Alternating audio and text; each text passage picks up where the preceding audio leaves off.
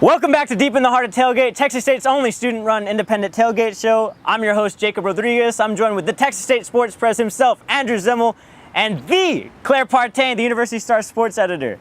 We got a jam-packed show for you today. We're going to be talking about University of Louisiana Monroe at the Bobcat Stadium today. This week, we're talking about the University of Louisiana Monroe at Texas State, right here at the WAC, Bobcat Stadium. This couldn't happen.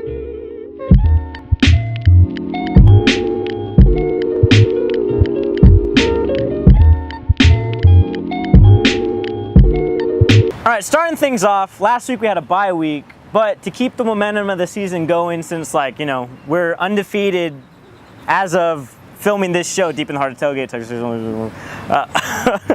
The last time we had one of these, we talked about episode 2 when we were previewing Nicholls State. So let's talk about that, because we won the paddle, but I don't think anybody outside of this immediate circle, including the production crew, really knows about it, cares about it. Well, we said this last week, right? We said it 2 weeks ago when we won the paddle back. We were like, who cares? No, I didn't see any students walking around being like, oh, I got a paddle tattoo after we beat Nicholls, or like, oh, I went to Maylou's and got a paddle drink. No, nobody cared. Yeah. The only thing that mattered is that Texas State beat their FCS opponent, and even then, they didn't get the respect that I think they deserved for beating an FCS opponent that was pretty good. Ranked number 9 at the time, now dropped to 20. What does that say about what people think?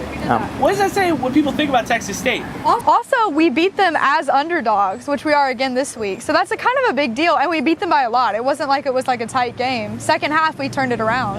Now, I've said this about a lot of Texas State students before, is that you come to Texas State, a lot of people love it, I love it, you picked this as your first school, you picked this as your first school, but a lot of people didn't.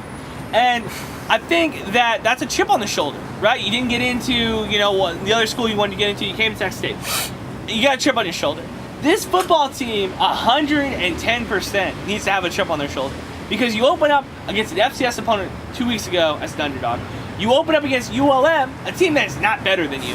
ULM is not if they are, they're not that much better. Open up as a 3-point underdog on Thursday. I don't understand what's happening. I think what it really comes down to is we're ignored. I feel like people just don't know enough about us, and we talked about this a little bit this week. I think people just don't know enough about us, and so they underestimate us time and time again because of years past. They haven't really paid attention to us and how we're performing this season. And also, we were talking about it off air, but Coach Franz last year, right? Pretty successful team. We ended up upsetting Houston in that same time frame within that year and a half, and then it just drops from there. How did we go to, pretty decent in the Southland Conference, competitive in the Southland Conference at least, to absolutely nothing in the Sun Belt? That doesn't make sense. Well, you know what they say, Sun Belt's a different beast, right? No, look, come on, let's be real. Division I's a different animal. The transition was a lot rougher than I think people thought it was going to be. And then Withers, the guys that were on the program, a lot of transfers, didn't like them. Didn't think they were good guys. This team now, between Gresh and Vitt and the defensive guys like Ish Davis and Brian London and Nick Daniels, great guys. If you said to me, hey, it's a Meet the Bobcats day, you can take your nephew, take your niece, take your kid, and go meet these guys, 100%. I'm packing up Junior and going to see these guys. No, seriously. This is these are good guys. And I think that is a third of what needs to happen. Yeah. It's, do you have a good culture? Do you have good people?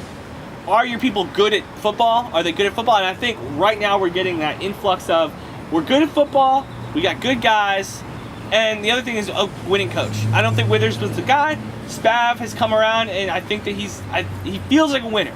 He's got the nice hair. He's got the pretty smile. You look at his baby blue eyes, you're like, I'm in love. He's a legend on campus too. People see him. People freak out in our group chat too. Yeah, we have a Spav watch, so it's a big deal. Yeah, and you see him going to class, you're running late, you say, hey, how's it going, coach? What does he say every single time? How's it going? Exactly. Yeah, that's big. Yeah. That's like Mike Leach walking around Washington State. Or Cliff walking around the outlet mall. Yeah, because that's a reality. So anyway, the Bobcats would go on to defeat the Nicholls State Colonels 24-3 in the prehistoric battle for the paddle. Did we generate that paddle / canoe / also, I really do think it is more convenient to have it just here. Even if we had lost, it is more convenient to have a canoe and a paddle at a place with a river than it is in Thibodeau, Louisiana. Yeah. You know, one thing I really enjoyed about the battle for the paddle, genuinely, is the random shots in the middle of the game to the canoe just sitting there. Did you notice that? Yeah. Lots of shots, like as if the canoe was doing something, as if something had changed. They would just periodically go, oh, let's check in on that canoe there. As if it wasn't Spavital's handwriting himself decorating the paddle. Like, we have to make this a thing. People think this is a thing. So they win against Nichols, then they win the bye week, you know. Win, yeah.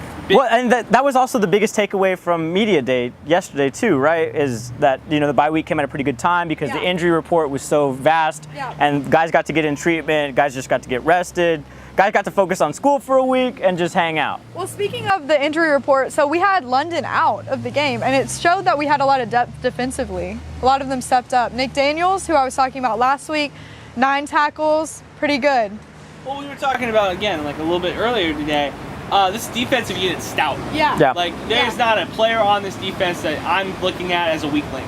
Like, they are strong across the board. Now, we'll see against ULM if they can, like, you know, stand the test. If it was just, okay, they had 2 really good weeks, because against SMU, the defense kind of struggled a little bit. Granted, they were on the field a lot more than they needed to be. But going forward, we'll see how good this defense is. And it was kind of weird to watch the latest game, the Nichols game, because it's just weird to see this team win. You know, I was one of the rotating riders last year. You know, we went to press box games together and stuff too, and we only saw them win 3 times. I think I only saw 1 victory myself. I didn't go to the other 2. 0. You didn't know? No. 0. Oh. Yeah, it was tough. And so I made a joke for this. Are you ready for the joke? So Really, no. for the Nicholls State game, the defense was rolling, the offense was rolling, and Joshua was rolling. So here's the problem. Joshua Rowland, arguably the best kicker Texas State's had in the last 3 years. I mean, no disrespect to James Sherman, but this guy feels like more consistent, a guy that you can rely on. He has a chip on his shoulder too. Yeah, I think so. He goes to Pete Terry's, like, you know, we're friends there. But, you know, you got to get the number 2. But now, every single week that he plays well, Jacob gets to make this joke. So it's a win for the team, it's a loss for Claire and I. It's a loss for us, definitely. You have a highlight from that game? Highlight from that game, the 77-yard touchdown. That was pretty good. The fireworks, baby. I told y'all the fireworks were going to work. I said my firework connect. It's my man. We got it going. He said he had the inside scoop, and I guess he was right. Fireworks worked. Yeah, he did. So, do you have a highlight? I have a highlight for this week. It's the Brady McBride tweet. Oh. Right now. My Brady McBride tweet. Yeah. You're welcome. So, we have not, as recording this, we have not figured out if Brady McBride is going to be eligible or not. We're sitting on pins and needles. We're not going to record 2 different, like, oh, he's playing, he's not playing, but just in the generality, free Brady. Well, because I only think there's one situation in which he does play, and we had talked about this off air too, is that, you know, if the Bobcats are ever up significantly, headed into the 4th or the 3rd quarter maybe, and you want to rush Gresh, because let's be realistic, you know, we got competitive games coming up.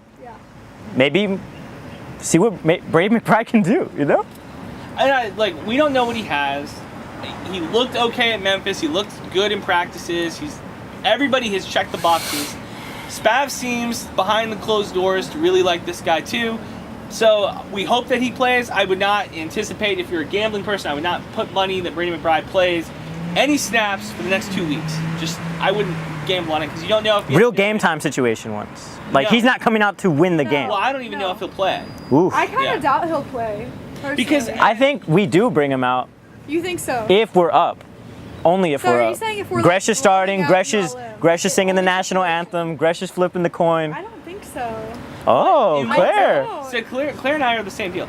In what world do you have Vitt and Gresh for the last 6 months competing for the starting quarterback job, and then the NCAA grants Texas State this favor and says, hey, we owe you one. Not a favor, a basic right. He has a right to play. We give you a favor. We say, hey, you get to play in these games, and all of the quarterback competition just goes out the window. Yeah, like, do we just forget everything that happened prior to? Well, no. Let's think about this. Let's think about this quarterback room as it is now. Gresh is at the very top. Barely. Yeah, kind of. Vitt is his immediate backup, on paper at least, right? Brady McBride's been floating in and out of the shadows. Jalen Gibson has been a team player this entire time, and Cedric Case is a true freshman with a red shirt. So I don't understand where Brady comes into this, that you think he's going to jump 3 guys. Especially when we were on like a 2-game win streak. Yeah, I don't know. You, Okay, so if we're up significantly, you think Vitt will go out there? yeah. Vitt's my guy. I'm still the mayor of Vitt Marcos. Nothing has changed. My fantasy team for college is garbage, but whatever. I don't anticipate it. Claire doesn't anticipate. I don't know. I think there's a possibility. I think there's a multiple quarterback room. Why not try and see what you got? Headed into the postseason, headed into next year when we don't have some of these guys anymore, or some of them may, try and entertain the transfer portal option. You want to talk about ULM? Yeah. So they're coming off a. Oh yeah, you talk about. So let's talk about ULM. Zimmel, what happened last week against Memphis? So the team Brady McBride used to play for, ULM ends up losing 52-33, and so far their season has gone kind of weird. It's a loss in overtime to FSU, a 45-44 loss. Yeah. That's the highlight of their season. And the low light is a 72-20 loss to Iowa State. So your highlight and your low light right now is 2 losses. I have fought with Sunbelt writers before, and I continue to fight with them now. The idea that Texas State is the second worst team in a lot of people's polls, power ranking polls, kind of feels absurd to me, because ULM has not had a good win so far this year. I look at their schedule, they don't have a win that I'm like, that is just as good or better win than Texas State's win against Georgia State. Right. So they won against South Alabama, right? Right, the worst team in the Sun Belt. Which, that's really nothing to be proud of. And then right before Aside from Georgia Southern, yeah. Yeah.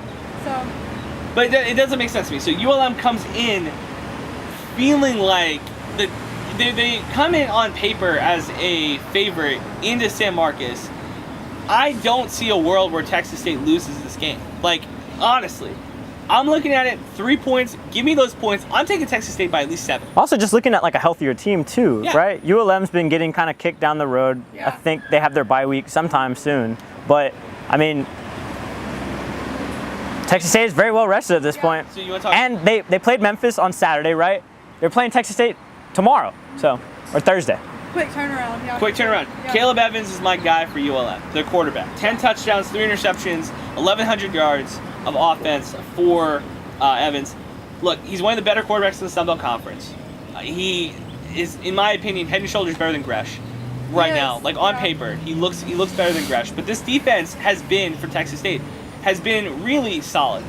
Okay, we knew that they were going to be good coming into the year. I don't think that we knew that Brian London was going to be on the track that he's on. I don't think that we knew that Nick Daniels hasn't had the immediate impact statistically that I think that we thought he would.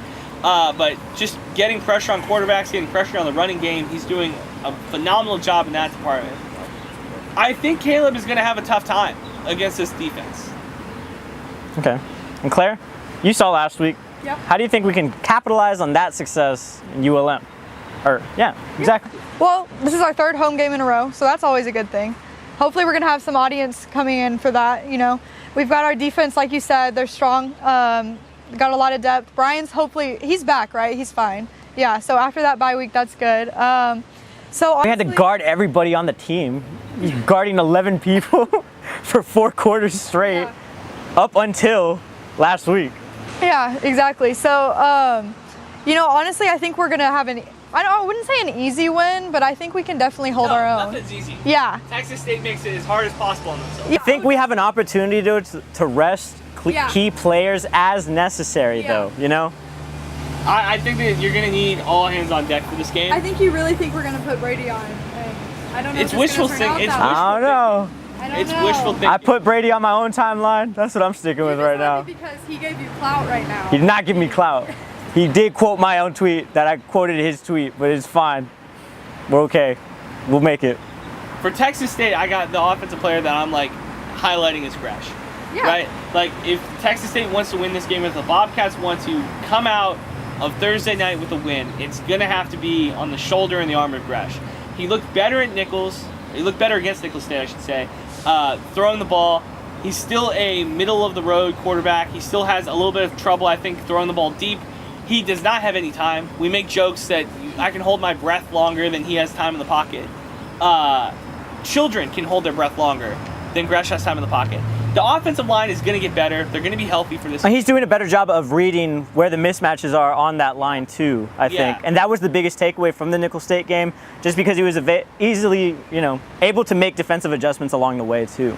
Yeah, I like him in this game. I think that the best defensive player they have is Cortez Cisco, right? Yeah. Cisco Jr., who preseason All Sun Belt, 33 total tackles. He's done a really good job of preventing the run against a lot of these teams. I don't think their pass defense is going to be good enough. I don't think that they run enough coverage for guys like Hutch White, who I think is going to get a lot of touches in this game too. Offensively, when we pass the ball down the field, that's what Spav is comfortable with. Yeah. Caleb Twyford is going to do what he does in the backfield, but I think that this is the type of game where we move the ball down the field passively.